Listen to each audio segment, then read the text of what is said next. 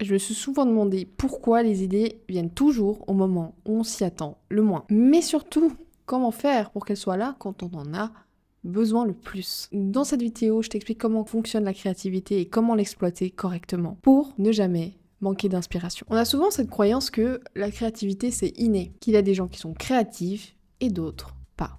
Point barre. On pense aussi que les idées, elles arrivent comme des éclairs de génie ou que juste c'est un talent qui est réservé juste à une poignée de personnes. Spoiler, c'est faux. La créativité, c'est loin de tout ça. La créativité, c'est un processus. Et mieux encore, c'est un cycle. Et ce qui est bien avec les cycles, c'est quand tu les comprends, tout devient plus simple. Le cycle de la créativité, il se divise en 3 phases. Phase numéro 1, l'imprégnation. Rappelle-toi un truc.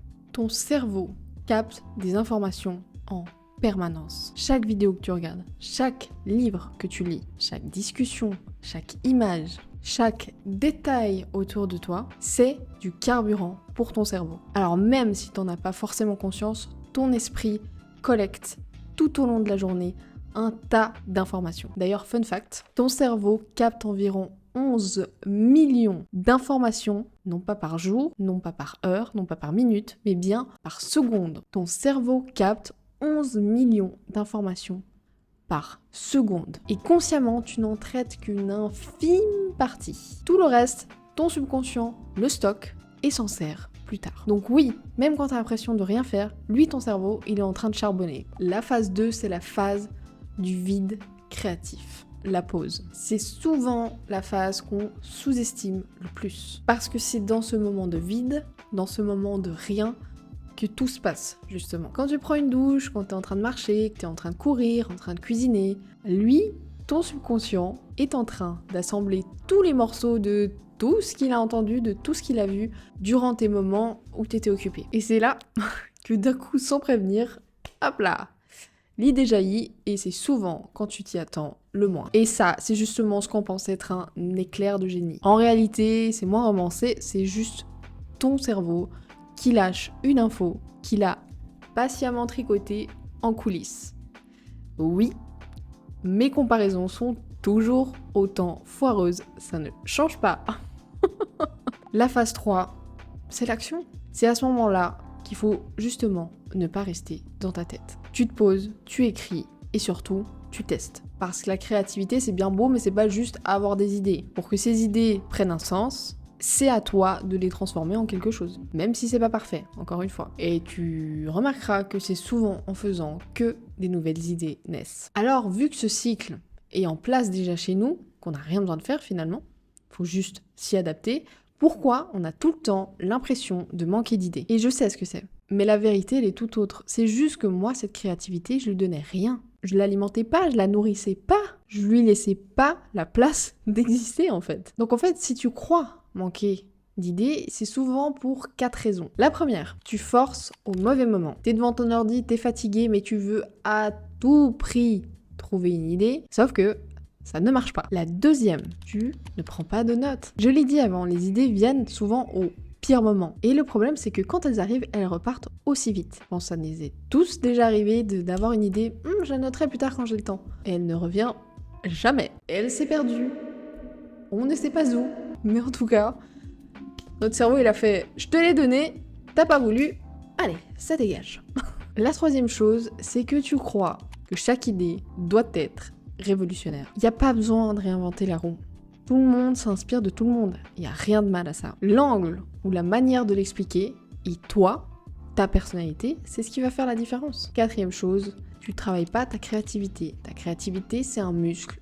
Et c'est comme les muscles de ton corps ou ton cœur, ça s'entretient. Donc, si tu ne t'en sers pas, elle s'endort. Alors, comment ne plus manquer d'idées? Je te donne 5 méthodes que j'utilise. Lis, écoute, regarde, ouvre tes oreilles, tes yeux et tout ce qui est possible de partout. Reste pas forcément enfermé dans ta thématique. Va explorer d'autres univers, regarde des choses que t'as même pas forcément l'habitude de regarder ou d'écouter. Il peut en ressortir plein de choses super intéressantes et en fait ça va créer des connexions qui vont te donner des idées qui justement n'ont peut-être pas été traitées de cette manière-là. 2, je l'ai dit avant, note absolument tout. Moi personnellement j'utilise simplement l'app Note de mon iPhone.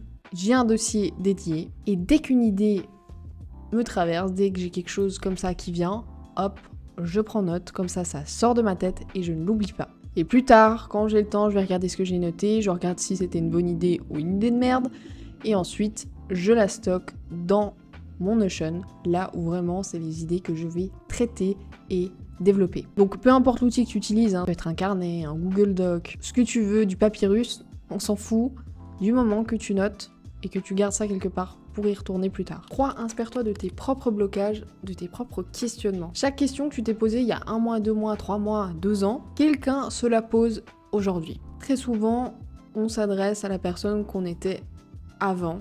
Il y a des gens qui sont dans la situation dans laquelle on était il y a quelques années ou quelques mois. 4e, utilise YouTube et autres plateformes. Par exemple, la barre de recherche YouTube ou sur Google Recherche, c'est une boîte à idées à ciel ouvert. Les commentaires sous tes vidéos ou sous les vidéos de personnes qui partagent sur ta thématique, ce sont un tas d'idées que tu peux traiter. Et évidemment, ne te limite pas à YouTube. Personnellement, moi j'utilise Pinterest. J'utilise également Medium. Ça regorge d'articles, ça regorge d'idées à traiter. Et même, je trouve que c'est top pour trouver des idées de titres. Et évidemment, last but not least, comme on dit, mon assistant de tous les jours, ChatGPT.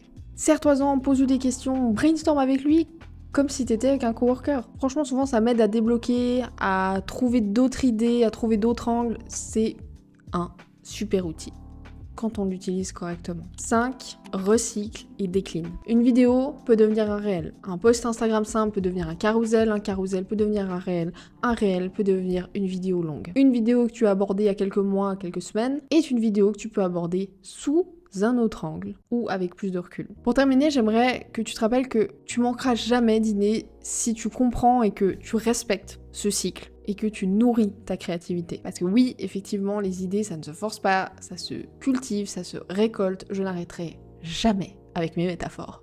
Et donc non, la créativité, ce n'est pas réservé à une élite. Sois curieux, laisse ton cerveau respirer, note toutes les idées que tu as et teste. Passe à l'action, écris, filme, essaie. Si cette vidéo t'a aidé, n'hésite pas à me laisser un petit commentaire. Comme d'habitude, je lis tout, c'est avec grand plaisir. Je te dis à très vite sur la chaîne. C'était Amel. Ciao!